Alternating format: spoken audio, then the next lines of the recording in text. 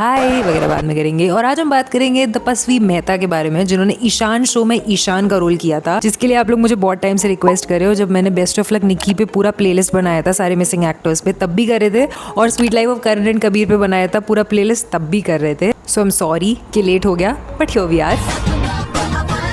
तो तपस्वी मेहता जो है, इन्होंने एसएल वर्ल्ड के एड से शुरू किया था अपना जर्नी एक्टिंग का। ये एड 2005 के अराउंड आया था and Tapasvi was like 12 years old at that age. फिर तपस्वी का जो पहला शो था उसमें वो रावण बने थे। नवंबर 2006 में एक शो आता था जी टीवी पे जिसका नाम रावण ही था, उसमें वो छोटे रावण बने थे। फिर एक शो आया था, कुछ 50-60 एपिसोड आए थे इसके। शो का नाम था तुझको है सलाम जिंदगी, ये सोनी टीवी पर आया था 2007 में। इसमें तपस्वी ने एक चाइल्ड एक्टर का रोल किया था। तो this was the second show कुछ खास ज्यादा चला नहीं था। फिर सोनी टीवी का एक और शो आया था अगले साल जिसका नाम था एक सफर ऐसा कभी सोचा न था, जिसमें तपस्वी को मेन लीड के भाई का रोल मिला था। जो इसमें मेन लीड थी वो गंगा जयश्री सोनी ने प्ले किया था, उनके भाई बने थे तपस्वी। अब तुमको ये शो का नाम सुन के शायद लग रहा होगा कि ऐसा भी कौन सा सफर था जो कभी सोचा न था। तो बेसिकली इसमें जो मेन लड़की होती है ना गंगा, वो ज्यादातर गंगा किनारे बैठी रहती है और उसको एक दिन एक गंगा किनारे पे बैठे बैठे एक आदमी दिखता है कि वो डूब रहा है। तो वो उस डूबते हुए आदमी को बचा लेती है, और जैसी वो बचाती है तो उसको ये पता चलता है कि ये आदमी तो मिलियनेयर है, और फिर उसकी जिंदगी जो है वो पूरी तरह से बदल जाती है। अब वो कैसे बदलती है उसके लिए आपको शो देखना पड़ेगा, जो तुम देखोगे नहीं, क्योंकि इतना पुराना शो कौन देखेगा बस इतना सा प्लॉट सुनने के बाद। जिन्होंने देख रखा है वो कमेंट्स में लिख दो, मतलब देखा हो तो, अगर नहीं लिखा हो तो छोड़ो।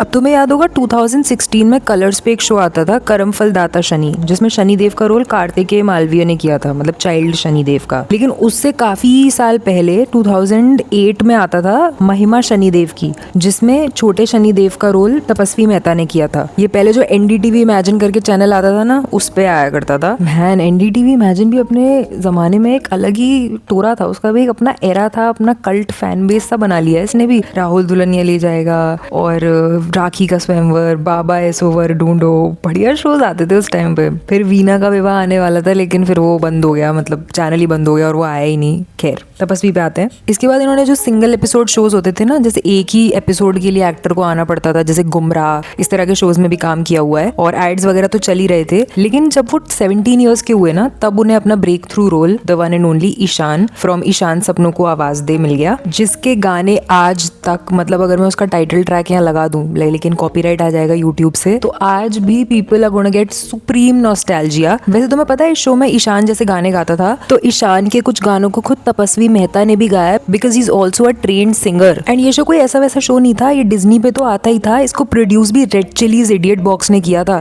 तो ये काफी बड़ा शो था अपने आप में। एंड ये शो मई 2010 से शुरू होकर मार्च 2011 तक चला, जिसके बाद तपस्वी को अपना सेकंड पॉपुलर शो मिल गया, विच वाज परवरिश, कुछ खट्टी कुछ मीठी, जिसमें उन्होंने रॉकी का रोल किया था, Rocky Singh Ahluwalia. And this was a very fresh show during that era, because parenting पे शो बनाया था, और जो बच्चे दिखाए थे वो भी मिडिल क्लास, और मतलब ऐसे बहुत गरीब नहीं दिखाए थे, बहुत अमीर नहीं दिखाए थे, बहुत ही रिलेटेबल सा शो था, और पेरेंटिंग के ऊपर था। तो बहुत ही नया और फ्रेश कॉन्सेप्ट था इस शो का। आपको पता ही होगा इसमें श्वेता तिवारी भी थी, काफी पॉपुलर शो है ये। फिर जब 2013 में परवरिश खत्म हो गया तो उन्होंने सोचा कि अब वो आगे की पढ़ाई के लिए ऑस्ट्रेलिया जाएंगे, और वहां पे जाके उन्होंने SAE इंस्टीट्यूट से bachelor of film production, film, cinema and video studies की पढ़ाई करी। इसमें जो स्टूडेंट्स होते हैं वो शॉर्ट फिल्म्स पे काम करते हैं, म्यूजिक वीडियोस पे काम करते हैं। तो कुल मिला के तपस्वी 4 साल के लिए ऑस्ट्रेलिया गए थे इस सब की पढ़ाई करने के लिए। And when he came back he got married to Palak Jain. इनका एक शो आता था सुनैना, देख रखा होगा शायद आपने, ये 2008 के टाइम पे आता था, बच्चों का ही शो था, लेकिन ये डिज्नी पे नहीं आता था, ये पोगो पे आता था। एंड पलक कहती है कि उन्होंने भी ईशान शो देख रखा है, एंड वो भी ईशान की फैन थी जब ये शो टीवी पर आया करता था। मतलब फैन थी का मतलब ये नहीं है कि उनको जानती नहीं थी, ऑफ कोर्स जानती भी थी, क्योंकि उसी समय जो चाइल्ड एक्टर्स का ग्रुप था सेम एज के, उनका वो दोनों पार्ट थे। फिर if you know Rohan Shah, जो आजकल रोहित सराफ के साथ बहुत दिखते हैं, एंड काफी सालों से इंडस्ट्री में काम कर रहे हैं as a child actor, teenage shows etcetera etcetera, I am sure आपने देखा हुआ होगा उनको। उन्होंने उन दोनों को मिलवाया था। तो तब तो सिर्फ फ्रेंड्स थे, फिर धीरे धीरे धीरे धीरे धीरे धीरे करके फ्रेंडशिप रिलेशनशिप में चेंज हो गई, एंड 10 फरवरी 2019 को इंदौर में इन दोनों की शादी हुई थी। And was not like a small and sweet and private wedding, it was not it. उसमें बहुत सारे इनके फ्रेंड्स आए थे, बहुत सारे कलीग्स आए थे, और बहुत सारे जो आपको टीवी पे एक्टर्स दिखते हैं वो आए थे, जैसे महिमा मकवाना, जैसे रोनित रॉय, अनेरी वजानी, रोहन शाह, ऑफ कोर्स उन्हीं ने तो मिलवाया था। ये सब इन दोनों के कॉमन फ्रेंड्स हैं जब से ये लोग एक्टिंग कर रहे हैं। फिर ये शादी वादी करने के बाद तपस्वी ने अपना डायरेक्टोरियल डेब्यू किया 2021 में। जितना भी ऑस्ट्रेलिया से एक्सपीरियंस इकट्ठा किया था सारा यूज करके उन्होंने एक शो बनाया कॉल्ड ख्वाबों के परिंदे। इसमें आशा नेगी भी थी। ये एक वेब सीरीज थी जो वूट पे आई थी। एक रोड ट्रिप ड्रामा था। इसमें 3 लड़कियां मेलबर्न से पर्थ जा रही हैं, लेकिन उनको रास्ते में एक स्ट्रेंजर मिलता है और फिर वो क्या होता है उन चारों का इक्वेशन, उस बारे में ये पूरा सीरीज है। एंड इसमें टोटल 6 एपिसोड्स हैं। एंड तपस्वी कहते हैं कि उन्होंने पूरी कोशिश की है कि वो ऑस्ट्रेलिया के ऐसे पार्ट्स दिखाएं, रूरल ऑस्ट्रेलिया के ऐसे पार्ट्स दिखाएं जो ज्यादा दिखाए नहीं गए अभी तक स्क्रीन पर। जैसे सिल्वरटन करके जगह एक न्यू साउथ वेल्स में, उसको नहीं दिखाया जाता है ज्यादा फिल्मों में, वो दिखाई गई है इसमें। एंड तपस्वी का जब मैंने इंस्टाग्राम चेक किया तो उसमें मैंने देखा कि he has founder, director and cinematographer written in his bio. इसमें डायरेक्टर और सिनेमेटोग्राफर तो समझ में आता है, बट फाउंडर जो है वो प्रोडक्शन कंपनी के हैं जो उन्होंने और उनकी वाइफ ने साथ में खोली है। उसका नाम है हैंडमेड प्रोडक्शंस, जिसके थ्रू वो म्यूजिक वीडियोस, एड फिल्म्स ये सब प्रोड्यूस करते हैं। फिर उन्होंने नेटफ्लिक्स इंडिया के लिए एक शो बनाया था जिसका नाम था आर्यन एंड मीरा। ये नेटफ्लिक्स के यूट्यूब चैनल पे आया था। इसमें आर्यन का रोल तारुक रायना ने प्ले किया था, जो आजकल मिसमैच से काफी पॉपुलर हो रहे हैं, और मीरा का कैरेक्टर ज़ेन खान ने प्ले किया था।